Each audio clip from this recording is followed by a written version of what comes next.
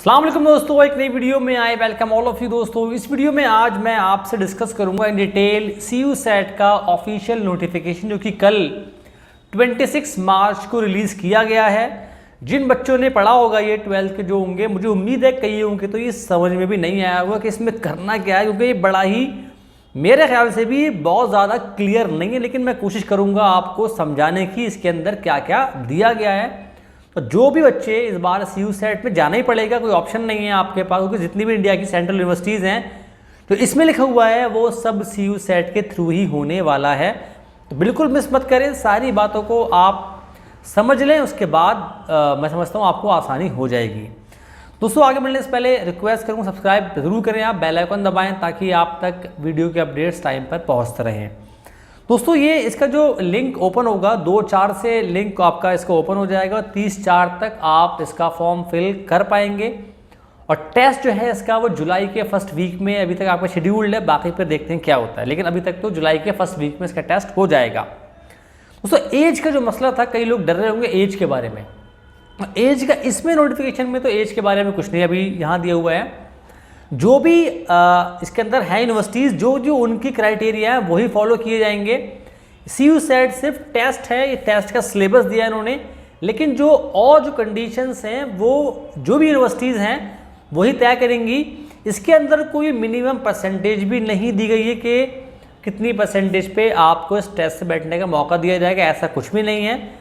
और जब एडमिशन आप लेने जाएंगे तो जिस भी यूनिवर्सिटी में जाएंगे जो वहाँ की कंडीशंस है वो आपको फुलफिल करना होंगे, लेकिन इस टेस्ट में ऐसा कुछ भी नहीं होने वाला है।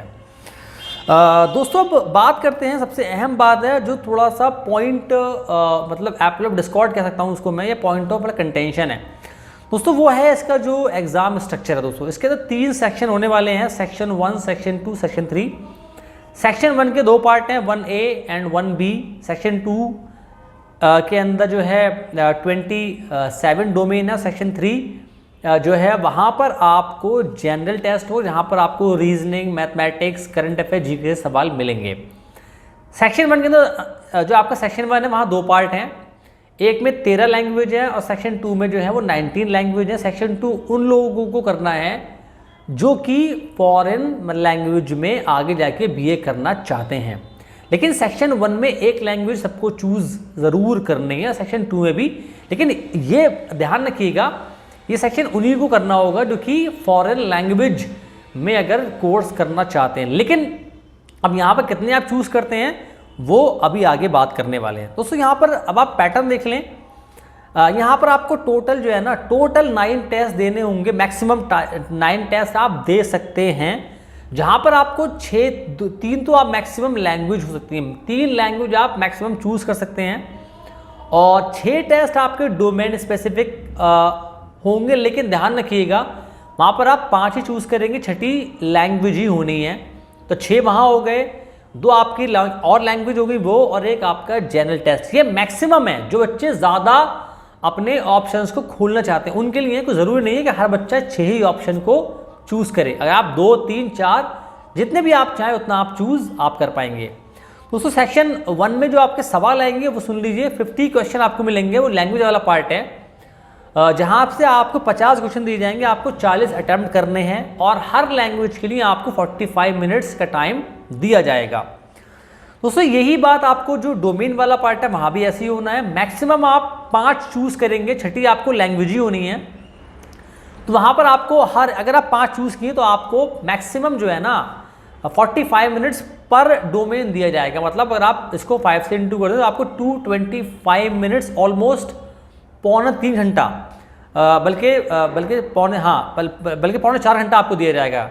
लगभग 4 घंटे का टाइम आपको वहाँ पर मिल जाएगा। तो अगर आपने 6 चूज़ किए ना तो आपका 4.5 घंटे का तो सिर्फ आपको एक मतलब डोमेन 2 वाला टेस्ट होने वाला है, अगर जैसा इसमें लिखा हुआ है, और प्लस 2 लैंग्वेज पेपर और हैं 90 मिनट्स, वो तो हो गए आपके 6 घंटा, और 1 घंटा आपका जो है वो जनरल टेस्ट है, जहाँ पे आपको तो 7 घंटे का टेस्ट शायद ये आपका हो सकता है अगर आपने इतने ऑप्शंस चूज़ किए तो, वरना जितना आप चूज़ करेंगे उतना ही आपका टेस्ट होने वाला है। जो लोग फॉरेन लैंग्वेज को ऑप्ट करेंगे वो सेक्शन 2 वाला पार्ट फिर नहीं करेंगे, उनके लिए डोमेन वाला पार्ट नहीं है, वो सिर्फ अपना लैंग्वेज वाला पार्ट करेंगे जो भी वहाँ सिलेबस आएगा, और वो करेंगे आपका जनरल टेस्ट।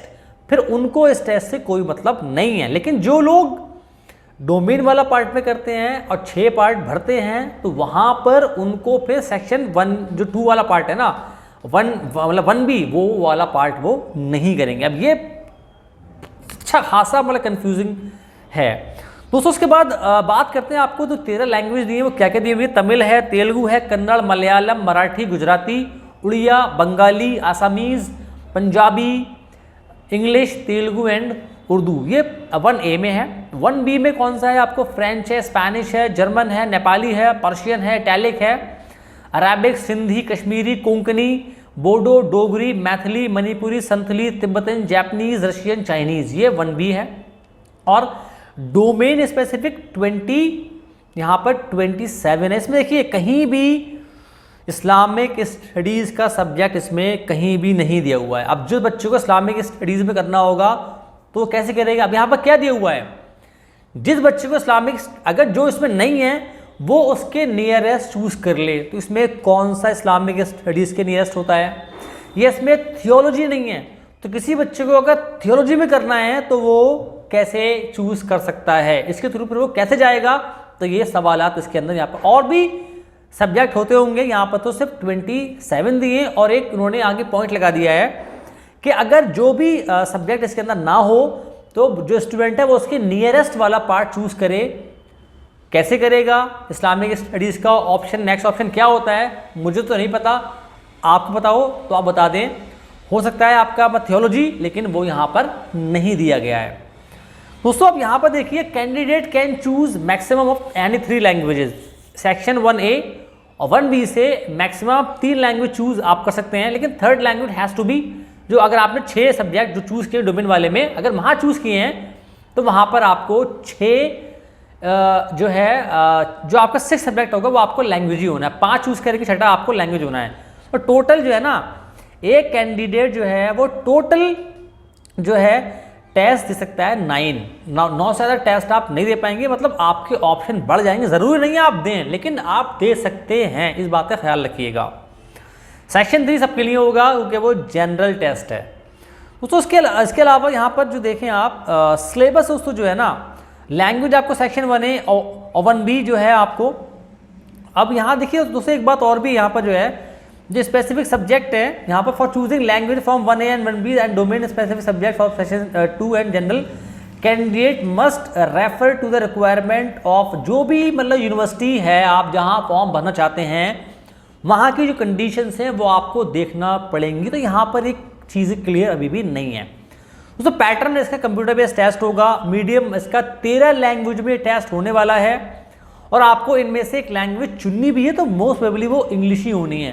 टेस्ट आपको इंग्लिश में होगा। इन इतनी लैंग्वेज में आपका टेस्ट होने वाला है। अब यहाँ भी यही है कि टोटल में 3 लैंग्वेज भी आपको चुननी है। तो ये बात जो है मतलब क्लियर नहीं हो रही है। आप चुन लिया तो इसका टेस्ट भी होगा क्या? और आपको हर लैंग्वेज के लिए 40 मिनट्स का टाइम दिया जाएगा, 50 में से 40 सवाल। हाँ, और एक बात और है, सेक्शन 2 में से आपको जो है ना, सेक्शन 2 में से आपको जो सवाल दिए होंगे वो दिए होंगे 50, वहाँ भी आपको 40 करने हैं। और सेक्शन 3 के अंदर आपको 75 सवाल दिए होंगे, वहाँ पर आपको 60 अटैम्प्ट करने हैं। तो सब ये जो मैंने बताया आपको बात, इसका सिलेबस दोस्तों देखिए, सिलेबस जो आपका सेक्शन 2 वाला पार्ट है 12th के NCERT बेस्ड होगा, बात क्लियर है। और जो आपका सिलेबस आपका सेक्शन 3 है वो भी क्लियर है। आपको GK, current affair, mathematics, reasoning up to 8th class तक की मैथमेटिक्स आएगी, वो क्लियर है। लेकिन पार्ट 1 का सिलेबस जो है वो क्लियर नहीं है। अगर आपको फॉरेन लैंग्वेज ऑप्ट करनी है तो क्या आएगा, वहाँ पर क्या आएगा? यहाँ तो आपको लिखा हुआ है कि language to be tested through reading comprehension, है ना। अब रीडिंग कॉम्प्रहेंजन मतलब आपको सवाल दिए, लेकिन अब मान लीजिए और वहाँ पर आपको डिफरेंट फैक्चुअल, लिटरेरी, नैरेटिव, सब कैप, ठीक है, ये दिया हुआ है। चलिए आपने इंग्लिश हिंदी कर ली, वो ठीक है आप कर लेंगे। लेकिन जो बच्चा फ्रेंच लेगा, चाइनीज़ लेगा या रशियन लेगा, उसने तो उससे पहले कभी पढ़ी नहीं होगी, तो फिर वो उस लैंग्वेज को उस लैंग्वेज में कैसे सॉल्व करेगा सवाल उसके, ये एक दिक्कत है। इसमें कुछ इसके बारे में कहीं कुछ भी नहीं दिया गया है। यहाँ दोस्तों एक बात और ये देखें आप, इसमें अटैम्प्ट की बात देखें। अटैम्प्ट कितनी भी अटैम्प्ट आप कर सकते हैं ऐसे। अगर कोई जिस भी यूनिवर्सिटी में आप चाहें उसकी पॉलिसी है कि वो मान लिया आपने 2005 में किया था 12th, अगर वो चाहती है वो ले लेगी आपको, तो फिर आप इस टेस्ट में एलिजिबल हैं। वो डिपेंड करेगा मतलब यूनिवर्सिटी के हिसाब से वो बात वहाँ पर आपको तय करने वाली है ना। यहाँ पर दोस्तों इसमें जो लैंग्वेज आपको चूज करनी है वो क्या होगी, 12th के लेवल पे होगी। अब यहाँ देखिए दिक्कत आ गई है 12th के लेवल पे। अब मेरे पास तो फ्रेंच नहीं है 12th के लेवल पे, और खास तौर से जो आपके स्टेट बोर्ड्स हैं, खासतौर से यूपी बोर्ड मैंने पढ़ा है वहाँ बोर्ड से, तो मुझे तो 12th में खाली इंग्लिश और हिंदी मिली थी।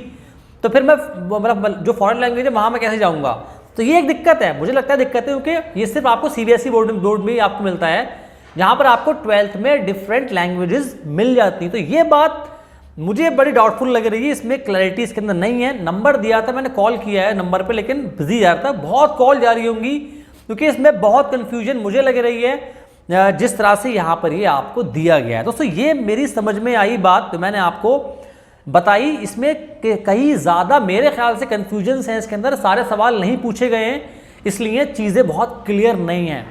आई होप मैं आपको समझा पाया हूँ। अगर मैंने आपको समझा पाया तो प्लीज़ लाइक करें, सब्सक्राइब करें, शेयर करें, इस वीडियो को आगे बढ़ाएं ताकि और लोग भी समझ पाएं, क्योंकि जितना मैंने सुना है लोगों से, ज़्यादा लोग इसके बारे में क्लियरली बता नहीं पा रहे हैं। तो मैंने पूरी कोशिश करी है, उम्मीद करूँगा आपको समझ में आया होगा। मैं मिलूंगा आपसे अगली वीडियो में। खुदा हाफिज़।